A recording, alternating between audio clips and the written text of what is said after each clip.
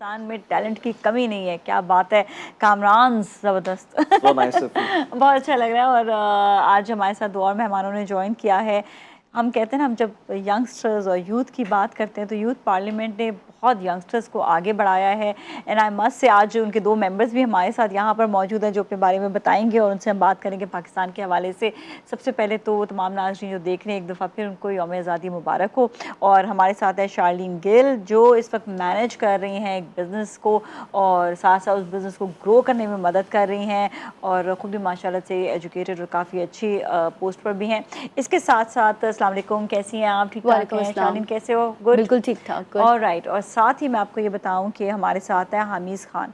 हामिज़ Khan Tesla company के लिए काम कर रहे हैं जो एक इंटरनेशनल कंपनी है, बाहर की कंपनी है, और ये पाकिस्तान में रहकर उस कंपनी को हैंडल भी कर रहे हैं, देख भी रहे हैं। जो उनकी डेजिग्नेशन है वो भी जानूंगी।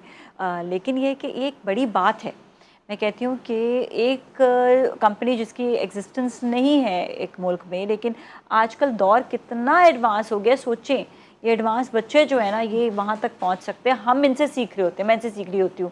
हम कैसे जाएंगे आगे, हम कैसे करेंगे, हमने कैसे तरक्की करनी है। ये इतना आजकल दौर चेंज हो गया है। इसके हवाले से इनसे पूछते हैं और ये आपको भी गाइड करेंगे साथ साथ। तो शालीन, कैसे आप? ठीक ठाक हैं माशाल्लाह से। You are running salon. आपको खुद, मतलब जारी बात है, ये खुद वहाँ पर एज ए प्रैक्टिकल काम नहीं कर रही थी, लेकिन एक मैनेज कर रही हैं।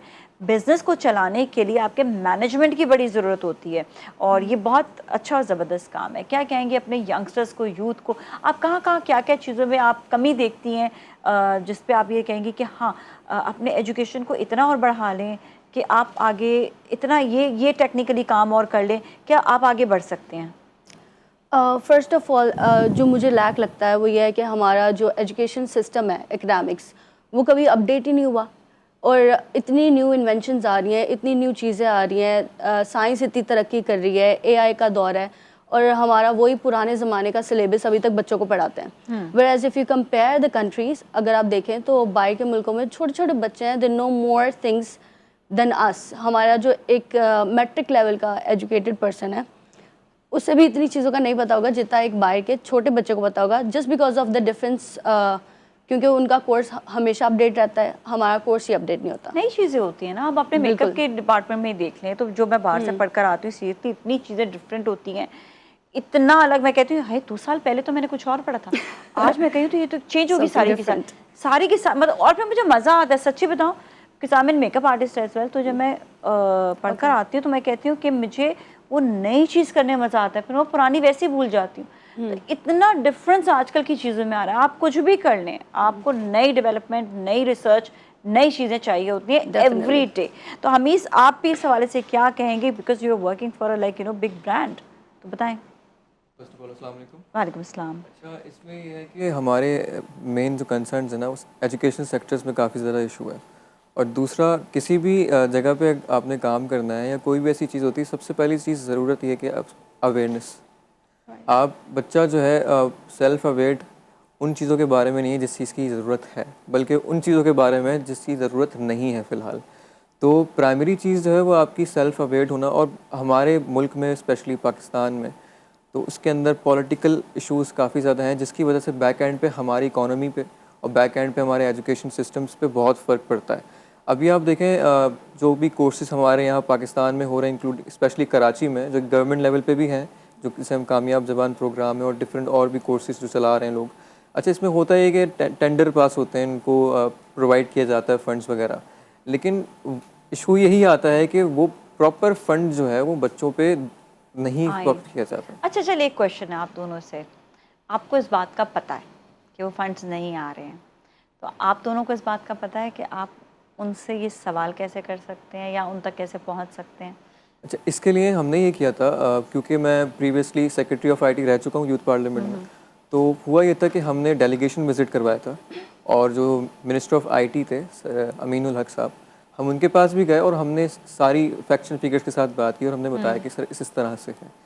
तो अनफॉर्चुनेटली बस कहते हैं कि अगर हम किसी से बात करते तो बैक एंड पे वो उसको ट्रैक करने की जो है कोशिश करते हैं कि भाई हमारे साथ बैक से भी जो है थोड़े बहुत इश्यूज़ हो रहे हैं।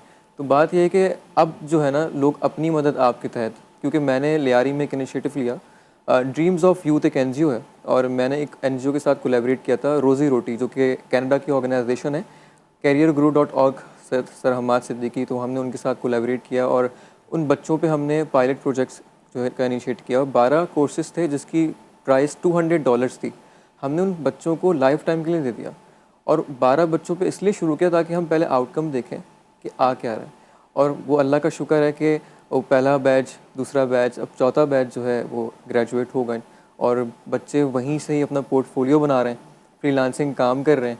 इसी तरह से हमने इनिशिएट किया स्किट किमाड़ी के अंदर, वहाँ पे 250 बच्चे हैं। ऑन प्रेमिसेस हमने 250 लैपटॉप्स प्रोवाइड किए हुए उनको, वहीं से वो सारे काम कर रहे हैं। हाई टेक के कोर्सेज, AI, दराज, शॉपिफाई, और उसके बाद जो भी अभी आपके कोर्सेज चल रहे हैं, वेब 3.0, मेटावर्स और आर्टिफिशियल इंटेलिजेंस, तो ये बहुत ज़्यादा बच्चा उसको ग्रैब भी कर रहा है। ये मोटिवेशन आज आपको बताइए कि किस तरह से आप लोग ले सकते हैं, और जिस तरह से आज जो है ये दोनों यूथ मैं कहूँगी जो काम कर रहे हैं, जिस तरह से ये आगे बढ़े हैं, आप भी आगे बढ़ सकते हैं। और सिर्फ ये नहीं कि एक आपने अपने लिए काम कर लिया, ये साथ साथ सबके लिए काम करें, क्योंकि जितना यंग होता है इंसान उतनी उसमें एनर्जी होती है, और वो सिर्फ एक जगह पे आपने एनर्जी जो है ना वो सिर्फ अपने काम के लिए नहीं आपने सर्व करनी, आपने अपने पाकिस्तान के लिए और पाकिस्तान के लोगों के लिए भी सर्व करनी है।